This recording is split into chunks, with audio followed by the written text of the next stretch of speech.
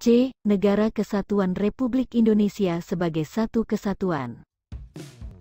Jiwa dan semangat para pendiri negara yang dioperasionalkan dalam Jiwa dan Semangat 45 dimaksudkan untuk menjaga tetap tegaknya Negara Kesatuan Republik Indonesia.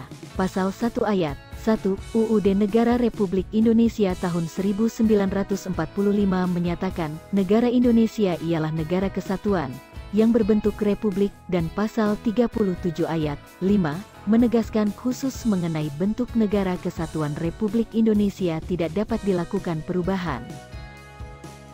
Majelis Permusyawaratan Rakyat telah membuat ketetapan bahwa negara kesatuan Republik Indonesia tidak boleh diganggu-gugat. Bentuk negara kesatuan bagi Indonesia sudah dianggap final. Bagaimana bentuk kesatuan Indonesia? Dapat diawali dengan pemahaman bahwa walaupun bangsa Indonesia terdiri atas berbagai suku, bangsa Indonesia adalah satu kesatuan.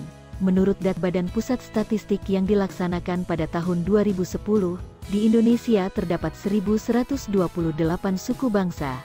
Kesatuan itu dapat dipandang dari 4 segi, yaitu politik, pertahanan keamanan, ekonomi, dan sosial budaya.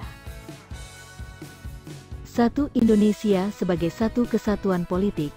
Sebagai satu kesatuan politik, Negara Kesatuan Republik Indonesia meletakkan Pancasila sebagai dasar dan falsafah serta ideologi bangsa dan negara, melandasi, membimbing, dan mengarahkan bangsa menuju tujuan nasional negara. Pancasila adalah dasar Indonesia yang tidak boleh diganggu-gugat oleh siapapun, baik itu dari luar Indonesia maupun dari dalam, yaitu rakyat Indonesia itu sendiri.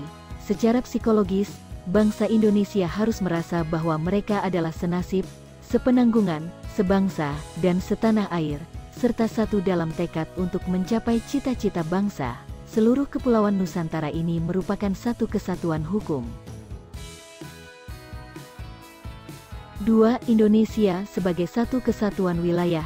Seluruh wilayah Indonesia dengan segala isi dan kekayaan yang terkandung di dalamnya merupakan satu kesatuan wilayah, wadah, ruang hidup dan kesatuan yang mutlak bagi seluruh bangsa Indonesia.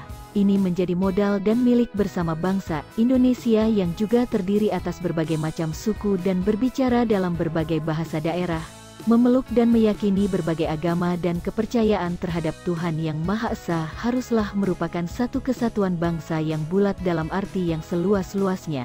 Meskipun berbeda, Indonesia tetaplah satu. 3. Indonesia sebagai satu kesatuan pertahanan dan keamanan. Setiap warga negara memiliki hak dan kewajiban yang sama dalam rangka bela negara dan bangsa.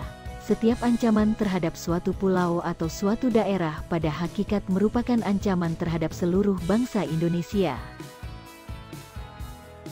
4. Indonesia sebagai satu kesatuan ekonomi. Kekayaan wilayah Nusantara baik itu yang berupa potensial maupun efektif adalah modal dan milik bersama bangsa. Keperluan hidup sehari-hari harus tersedia merata di seluruh wilayah tanah air. Tak ada alasan untuk lebih mementingkan daerah A dan menelantarkan daerah yang lain, atau bahkan menguras atau mengeruk kekayaan daerah B untuk kepentingan daerah yang lain. Tingkat perkembangan ekonomi harus merata dan seimbang di seluruh daerah, tanpa meninggalkan ciri-ciri khas yang dimiliki oleh daerah-daerah dalam pengembangan kehidupan ekonominya. 5. Indonesia sebagai satu kesatuan sosial dan budaya. Masyarakat Indonesia seluruhnya adalah satu. Perkehidupan bangsa harus merupakan kehidupan yang serasi dengan terdapatnya tingkat kemajuan masyarakat yang sama, merata dan seimbang serta adanya keselarasan kehidupan yang sesuai dengan kemajuan bangsa. Budaya Indonesia pada hakikat adalah satu, sedangkan keragaman yang ada di alamnya menggambarkan kekayaan budaya bangsa yang menjadi modal dan landasan pengembangan budaya nasional. Khusus mengenai wilayah Indonesia, sejarah mencatat pada tanggal 13 Desember tahun 1957, pemerintah Indonesia mengeluarkan Deklarasi Juanda.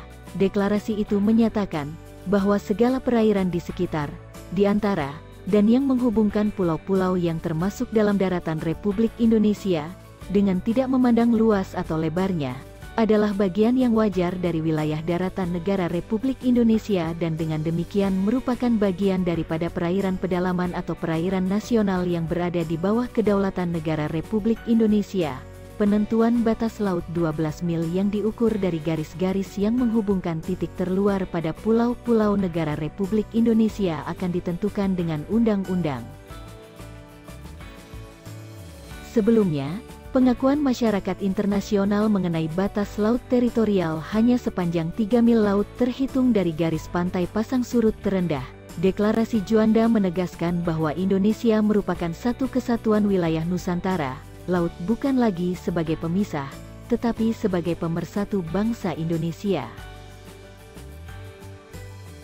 Berdasarkan deklarasi Juanda, Indonesia menganut konsep negara kepulauan yang berciri Nusantara, Archipelagic State. Konsep itu kemudian diakui dalam Konvensi Hukum Laut PBB 1982, UNCLOS 1982 sama dengan United Nations Convention on the Law of the Sea, yang ditandatangani di Montego Bay, Jamaika, tahun 1982. Indonesia kemudian meratifikasi UNCLOS 1982 tersebut dengan menerbitkan Undang-Undang Nomor 17 Tahun 1985. Sejak itu, dunia internasional mengakui Indonesia sebagai negara kepulauan. Berkat pandangan visioner dalam deklarasi Juanda, bangsa Indonesia akhirnya memiliki tambahan wilayah seluas 2 juta kilometer persegi, termasuk sumber daya alam yang dikandungnya.